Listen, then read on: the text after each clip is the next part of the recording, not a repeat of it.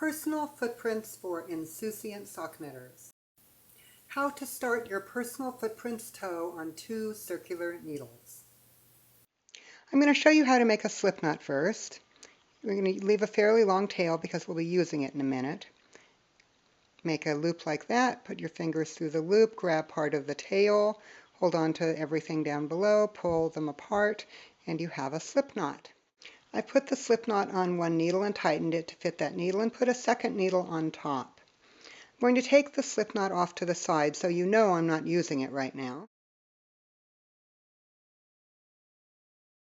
I'm going to take the ball yarn and I'm going to wrap it underneath the 2 needles which are being held parallel, as you can see, and I'm going to wrap the ball yarn around the back and over the top, kind of like a wave coming at you, and I'm doing this 3 times. See? 1, 2, 3. And then, as if though I'm about to do a 4th time, I will stop here, put a finger there to hold my yarn. So you can see we've got 3 strands over each needle, and the bottom needle also has the slip knot, which is there as an anchor only. Begin knitting. To do this, I'm going to pull the lower needle so that the stitches rest on the cable, and take the other end of the top needle, and I'm going to knit the 3 stitches that are on the top needle, as you can see, 1, 2, 3. Simply knit them in a perfectly ordinary way. Things are a little wobbly because you haven't got much here yet, but don't worry. Everything will get stabilized soon. So I've knit 3 stitches, 1, 2, 3. Now I've knit stitches 1, 2, and 3, and I'm going to slide my needle so that those stitches are on this needle's middle. See there?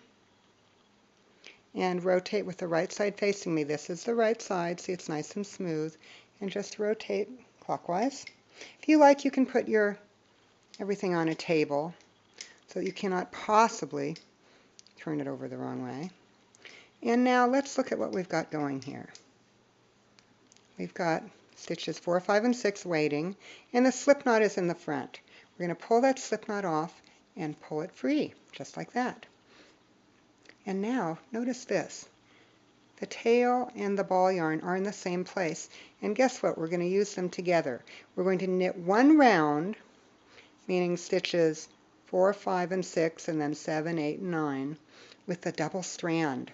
2 strands of yarn. This will make every loop give birth to 2 loops. See? Look at that. 2 loops came through. Now, I didn't think of this. Judy Becker of Judy's Magic Cast-On did, and it makes the most wonderful smooth stockinette center, and she gave me permission to use it in the book. Thank you, Judy. She does it with her Judy's Magic Cast-On instead of the simpler cast-on I'm showing you, but please learn Judy's Magic Cast-On because it is the best thing invented in this century. And now we're on, that was 4, 5, and 6. Now we're 7, 8, and 9. So we have worked 9 stitches. And the last 6 were all double-stranded, so they all have 2 stitches coming out. And you can see. And we're going to shake the tail free. We're not going to use it anymore. And keeping the right side facing, move that needle we just used so that it's the stitches are hanging in the middle of the cable, and rotate clockwise. And now we're going to knit 1 round just with 1 strand, and all the rest of the knitting will be done with 1 strand. And we're going to work 1 loop at a time. So we actually have 6 stitches here where we had 3 on this needle without ever having even done an actual increase. This is the genius of Judy's idea.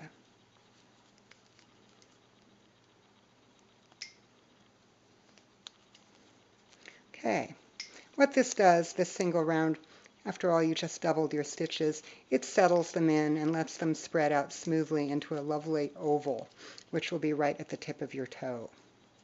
Now I've tried this with 2 stitches and 2 stitches on each needle, or 4 and 4. Neither one seems to give the same beautiful effect. So I think Judy got it just right. Okay. So now we have,